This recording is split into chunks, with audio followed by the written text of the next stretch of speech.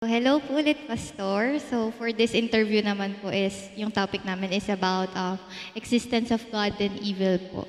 So yung question ko po sa'yo, Pastor, is how do you reconcile the existence of an all-powerful, all-knowing, and an all-good God with the presence of evil and suffering in the world? Medyo mahirap yung question. Kasi parang confusing, parang nakakalito. Anyway, pero as far as the Bible is concerned, salita ng Panginoon, wala siyang confusion, wala siyang paglilito sa paliwanag ng question na yan. Unang-una, alam natin, tama yung premise mo na God is sovereign, tapos all-knowing siya, omniscient, alam niya lahat, and love siya. But wag natin kakalimutan yung isa pang aspeto ng kanyang character, which is yung kanyang pagiging justice o justisya. Well, ang masasabi ko diyan, unang-una, walang nanggagaling na evil sa Panginoon kasi alam natin He is good, holy, and righteous.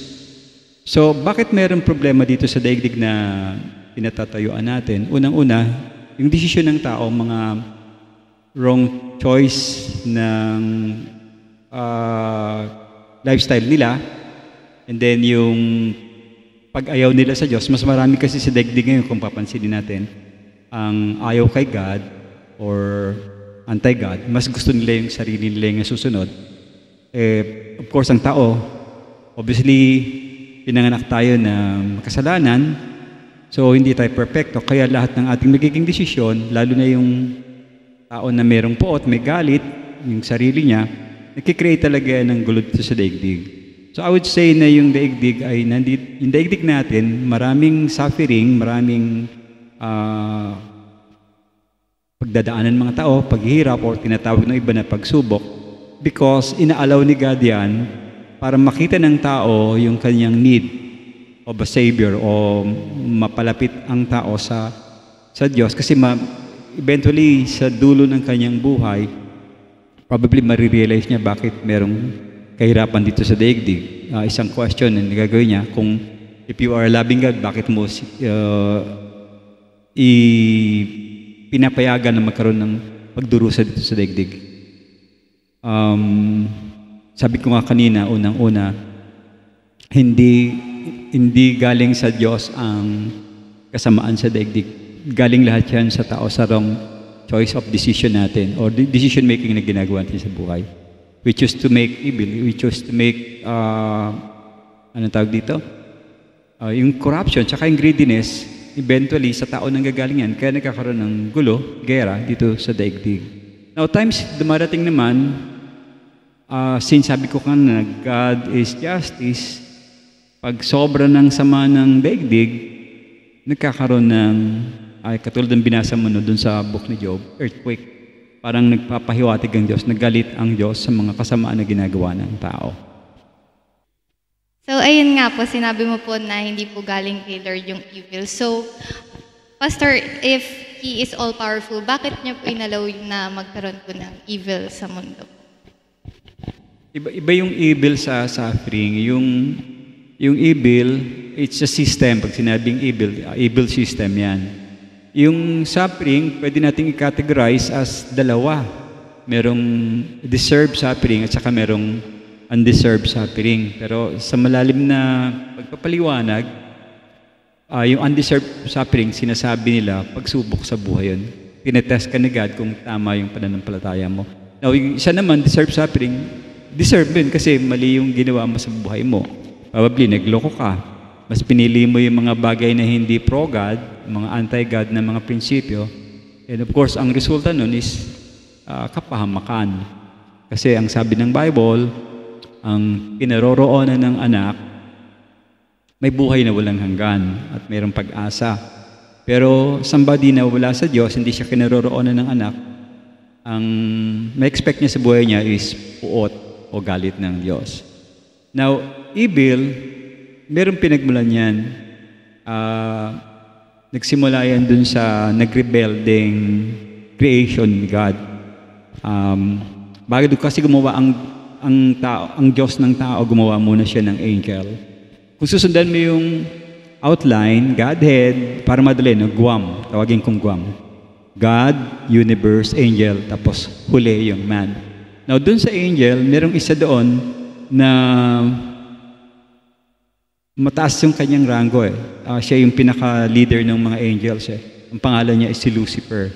Kaya lang, nagkaroon siya ng pride. Parang sa isip niya, gusto niya rin maging Diyos. Mapatatagpuan mo yan sa aklat ni Ezekiel, I think chapter 28, saka sa Isaiah. Nandoon niyang paliwanag kung paano nagkaroon ng panibagong adhikain dun si Lucifer before. Now ngayon naging Satan siya kasi naging evil siya. Yung sistema ni God, ayaw niya, gumawa siya ng sarili niyang sistema, which is evil dahil against God. So, meron pang tinatawag na influence itong si Satan dito sa daigdig. Kaya dito sa daigdig, meron din ganon. Sabi sa 2 Corinthians chapter 4, verse 4, the God of this world, si Satan, blinded yung mind ng mga isip ng tao para hindi nila makita yung liwanag. At hindi sila ma-approach ni God dahil nabulag na nga sila ng mga mali, kasalanan, para mas matangay sila ng diablo, ng kaaway. So yung evil, galing yan kay Satan. Of course, kay God, syempre, ibang aspeto naman ng buhay. Love, justice, righteousness, holiness, yun ang merciful, yun ang sa Panginoon. Compared dun sa kalaban, yung tinatawag na evil. Now, ang question, inalaw ba ni God? Yes, meron tinatawag na permissive will. Permissive will. God allows suffering, evil dito sa daigdig para yung tao magising.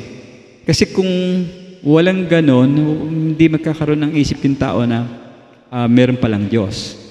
Kasi kung lahat dito evil at walang Diyos, hindi nila maiisip na meron palang Diyos, na somebody who cares for us, who love us, and compassionate na Panginoon sa daigdig. So, yun ang aking masasabi doon. So, Pastor, thank you din sa sagot mo. Pero may last question pa ako, no? So, if God is all-knowing nga po, nung sinabi mo po kanina, bakit po sinabi ni Jesus nung nandito po siya na hindi niya po alam kung kailan siya babalik? Ito yung subject na parang misnomer. Hindi naiintindihan ng mga tao. Now, gusto kong ipaalam, kung hindi pa alam ng iba, gusto kong sabihin sa inyo na si Christ may dalawa siyang identity. Ang tawag natin doon, hypostatic union. That Christ is 100% God and at the same time 100% human. Meron siyang divine nature, meron siyang human nature. Anong pagkakaiba nun? Siyempre, we as human, hindi natin alam kung ano yung kabuuan ng plano ng Diyos sa atin unless magsakam tayo sa kanyang kalooban. Now, ano ibig sabihin? There are times si Christ, pag nagsasalita, yung kanyang divine nature ang umiiral.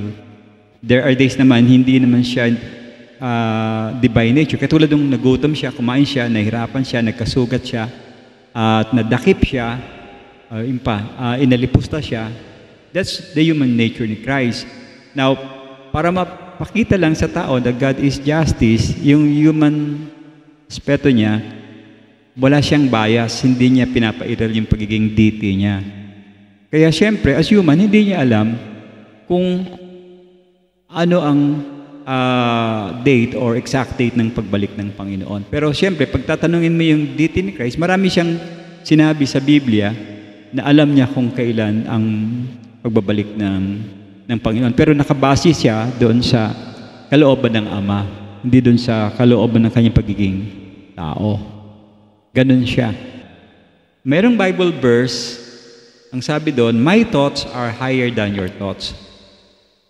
So as far as deity is concerned, hindi mo talaga siya maaarok dahil mas malalim siya, hindi natin siya maintindihan. Dito sa atin, sa daigdig, meron tayong tinatawag na subject. Meron tayong tinatawag na theology. Galing yan sa salitang logos at saka theos, no? Which mean God's logic. Theologic. At meron ding pang tao. Ang tawag natin is anthropologic o anthropology. Ibig sabihin, logic ng tao. Ngayon, kaya nga nagkakaroon ng problema yung subject ng philosophy dahil minsan ginagamit nila yung theology sa anthropology. Sa sabog yan, magkaiba yan.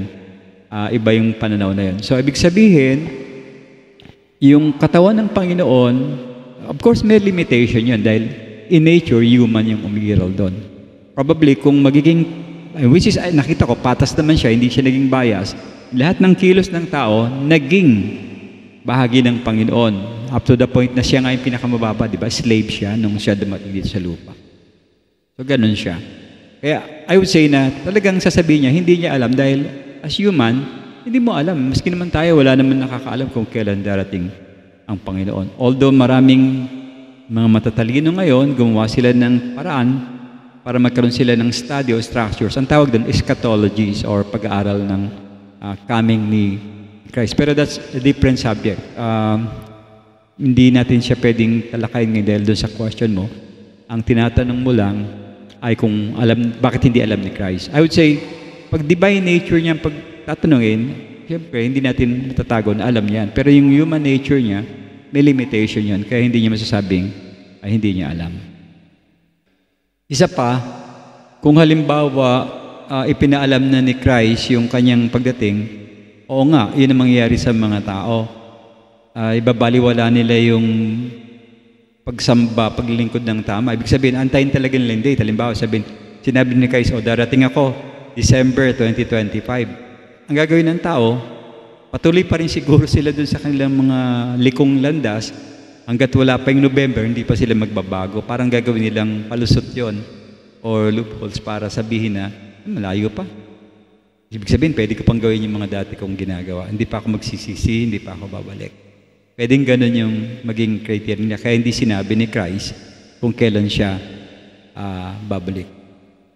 Yun yung isang side ng sagot, no, na pwede kong sabihin. Pero sa technical approach naman, hypostatic union ang issue. Christ is 100% God and at the same time, He is 100% human in nature.